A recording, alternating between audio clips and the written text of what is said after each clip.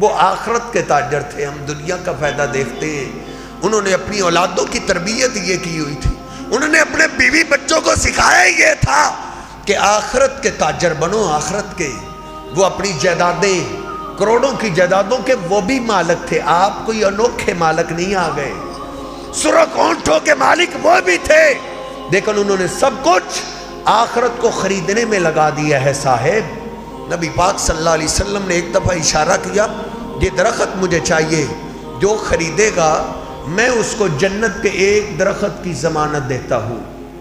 بس ایک دو باتیں رہ گئیں، بات ختم کرتے ہیں۔ سیدنا ابو دہدہ رضی اللہ تعالیٰ عنہ، انہوں نے کسی کو موقع ہی نہیں دیا، جلدی سے اس درخت کے مالک کی طرف جا رہے ہیں، دل ہی دل میں سوچ رہے ہیں، اے ابو دہدہ، وہ درخت تجھے اتنی آسانی سے نہیں ملے گا، اتنی آسانی سے ملنے والا ہوتا تو اللہ کے رسول صلی اللہ علیہ وسلم کو مل جاتا۔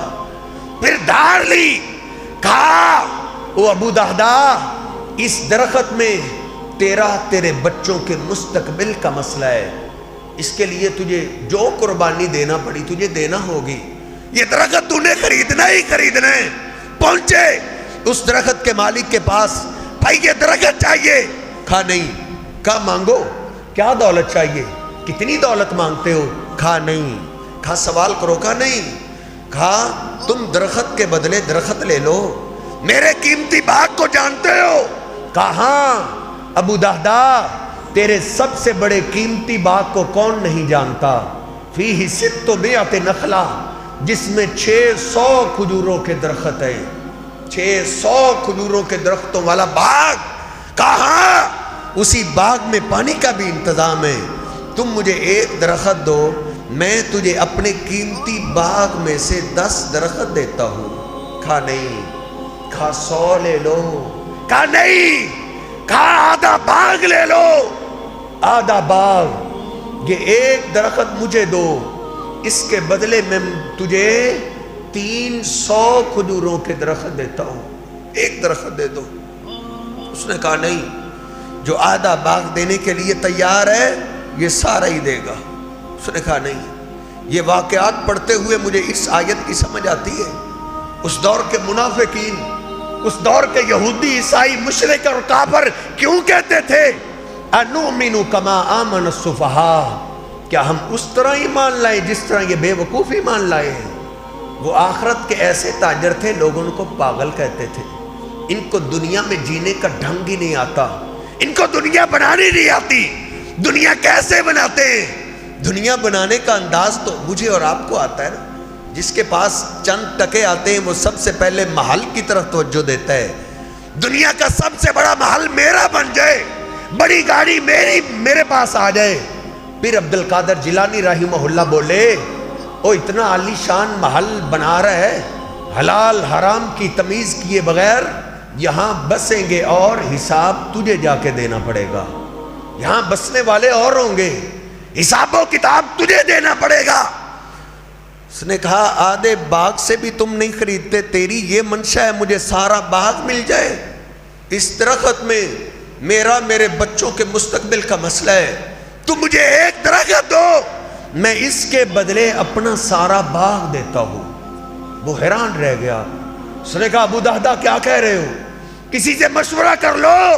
کہا نہیں، ہم آخرت کے بارے میں کسی سے مشورہ نہیں کیا کرتے، تم مجھے ایک درخت دو، میں تجھے سارا باغ دیتا ہوں، لکھ کے دیتا ہوں۔ کہا ٹھیک ہے، یہ درخت تیرا ہے، باغ ہمارا ہے۔ نبی پاک صلی اللہ علیہ وسلم کی خدمت میں پیش ہوئے، عرض کرتے ہیں اللہ کے رسول، آپ کے ابو دہدہ نے آپ کے لیے وہ درخت خرید لیے ہے۔ نبی پاک صلی اللہ علیہ وسلم حیران رہ گئے، اے ابو دہدہ، اتنے سخت مزاج آدمی سے آپ نے وہ درخت خرید لیے، کتنے کا خریدا ہے؟ کہا اللہ کے رسول، میں نے اس کے بدلے بہائتی اپنا سارا باغ دے دیے، سارے باغ کے بدلے خریدے۔ نبی پاک صلی اللہ علیہ وسلم کی آنکھوں میں آنسو آ گئے۔ ابو دہدہ عرض کرتے ہیں اللہ کے رسول، پھر ابو دہدہ کو جنت کے ایک درخت کی ضمانت دو نا۔ کیا میں نے اپنے رب سے جنت کا ایک درخت خرید لیا ہے؟ کیا ایک درخت کی میں نے قیمت ادا کر دی ہے؟ نبی پاک صلی اللہ علیہ وسلم کی آنکھوں میں آنسو کی لڑیاں جاری ہیں۔ آپ آسمان کی طرف نگاہ اٹھا رہے. مسلم شریف میں میں نے خود پڑھا ہے, آپ فرماتے ہیں کم من عزق معلق لی ابی دہدا. او میرے صحابہ, اللہ نے حجابات اٹھائے, مجھے یہاں سے لائیو دکھایا ہے ابو دہدا کے باغ کے جنتی خوشے لٹکتے ہوئے میں نے اپنی آنکھوں سے دیکھے. انہوں نے اپنی جائیدادوں کے ذریعے اپنی آخرت کو خریدا تھا, آخرت کے تاجر تھے.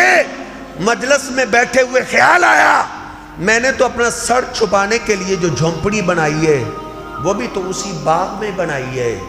جلدی سے اٹھے, باغ کے کنارے پہ کھڑے ہو کے آواز دی, یا امہ دادا, یا امہ دادا. او دادا کی ماں, بچوں کو لے کے باہر آ جاؤ, یہ باغ ہمارا نہیں ہے, باغ اور اس کا پھل ہم نے بیچ دیا ہے. دادا کی ماں بھاگی ہوئی آئی, او ابو دادا, اتنا بڑا باغ کس بڑے تاجر نے آپ سے ایک ہی دم خرید لیا ہے؟ کہا کوئی عام تاجر نہیں, یہ باغ میں نے اپنے محبوب پیغمبر کو بیچ دیا ہے. کہا کتنے کا بیچا ہے؟ کہا بشجرۃ من الجنہ, جنت کے ایک درخت کے بدلے. انہوں نے اپنے گھر والوں کی تربیت کیا کی ہوئی تھی, سلام ہے ان عورتوں کے ایمان کو بھی. وہ وہیں سے پلٹی اور اپنے بچوں کو اٹھاتی ہے, بچوں کے ہاتھوں میں کھجوریں پھینک رہی ہے. ایک بیٹے نے جلدی سے ایک کھجور اپنے منہ میں ڈال لی. حیات صحابہ میں اللہ کی قسم میں نے خود پڑھا ہے, اس ماں کی ممتا کو سلام پیش کیجئے. اس نے اپنے بیٹے کی زبان سے کھجور چھین لی. نہیں بیٹا, آپ کے بابا نے یہ باغ اور اس کا پھل آپ کی جنت کے بدلے بیچ دیے, کہیں جنت میں جانے سے دیر نہ ہو جائے. خالی ہاتھ اپنے بچوں کو لے کے باہر آ رہی ہے اور اپنے خامد کو کیا تسلیاں دیتی ہے, واہ ابا دہدا, واہ ابا دہدا. ابو دہدا کیا بات ہے, کیا تو نے تجارت کی ہے. لوگ اپنے بچوں کے لیے گھر میں دنیا کے کھانے پینے کی اشیاء لے کے آتے ہیں, دنیا کے کھلونے لے کے آتے ہیں, اپنے بچوں کے لیے دنیا کی طرح طرح کی چیزیں لے کے آتے ہیں. لیکن ابو دہدا, تم اپنے بچوں کی اللہ سے جنت خرید کے لائے ہو. واہ ابا دہدا, لقد ربح البیع. اے ابو دہدا, غم نہ کرنا, تو نے فائدہ مند تجارت کی ہے, یہ نقصان گھاٹے والی تجارت نہیں ہے. اے ابو دہدا, یہ باغ تو ختم ہو ہی جانا تھا, یہ ختم نہ ہوتا ہم نے مر جانا تھا. لیکن ابو دہدا, جو آپ نے ایک درخت خریدا ہے نا, وہ ایک درخت کا تو نام ہی ہے, ایک درخت نہیں. آپ نے اپنے رب سے اپنے بچوں کی ساری جنت ہی خرید لی ہے. وہ تھے آخرت کے تاجر.